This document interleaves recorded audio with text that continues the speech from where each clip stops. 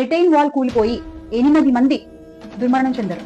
ఈ కూటమి ప్రభుత్వం అధికారంలోకి వచ్చిన దగ్గర నుండి హైందవులు విశ్వాసం కోల్పోయేలా హైందవ ధర్మానికి వ్యతిరేకంగా అనేక సంఘటనలు చోటు చేసుకుంటున్నాయి. మరి వైసీపీ హయాంలో రామతీర్థంలో శ్రీరాముడు శిరస్సు ఖండించినప్పుడు, అంతర్వేదిలో రథం తగలబెట్టినప్పుడు, కర్నూలులో ఆంజనేయుడు చెయ్యి నరికేసినప్పుడు, బెజవాడలో వెండి సింహాలు మాయమైనప్పుడు హైందవ ధర్మం విశ్వాసం కోల్పోలేదక్క.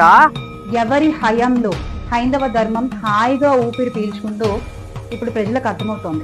జగన్ గారు శ్రీమతి లేకుండా శ్రీవారికి పట్టు వస్త్రాలు ఇచ్చినప్పుడు, హిందూ పండుగలకు ఇంట్లోనే సెట్ వేసుకున్నప్పుడు, డిక్లరేషన్ ఇవ్వాల్సి వస్తుందని తిరుమల పర్యటన రద్దు చేసుకున్నప్పుడు హైందవ ధర్మం ఊపిరి పీల్చుకోవడం కాదు, ఊపిరాడకు అల్లాడిపోయింటుంది అక్క. మీ కాసుల కక్కుర్తి వల్ల, నాణ్యత లోపం ఉండడం వల్ల ఆ గోడ కూలిపోయింది. చనిపోయిన 8 ప్రాణాలు తిరిగి తీసుకురాగలరా వారి కుటుంబానికి మీరు? బెట్టింగ్ యాప్లు ప్రమోట్ చేసిన నువ్వు కూడా కాసుల కకృతి గురించి మాట్లాడుతుంటే కామెడీగా ఉందక్క. నీ వల్ల బెట్టింగ్ ఆడి కోల్పోయిన యువత ప్రాణాలు తిరిగి వస్తాయాక? భారీ వర్షం వల్ల గోడ కోలి 8 మంది చనిపోతే వారికి సానుభూతి తెలుపకపోగా దాన్ని కూడా మీ చిల్లర రాజకీయానికి వాడుకుంటున్నారు.